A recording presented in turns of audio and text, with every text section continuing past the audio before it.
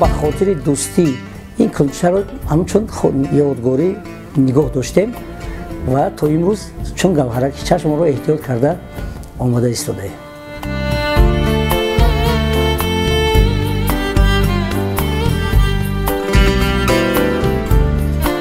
бовар кунед, дар ҳамон девори хона дар болои қолин овезон буд ҳолатҳое ки кӯдакон 5 нафар кӯдакҳои майда доштем, ҳамон нон набуд, кӯдакон нон мегуфтанд, ҳеҷ кас намегуфт ки ҳамин кулчара шикаста ба мо тиед.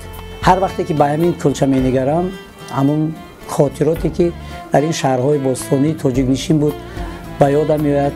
маълум ки ҳамин кулча ранги худро нигоҳ дорад, ранги пешинаи худро мо каме гирифтем, ҳамон латара гирифтем, як латаи тозаро ба равған тар кардем ва кулчаро ҳамон гирд атрофашро молидем. бинанда бовар намекунад ки ин кулча 34 сол шуд ки нигоҳ дошта мешавад.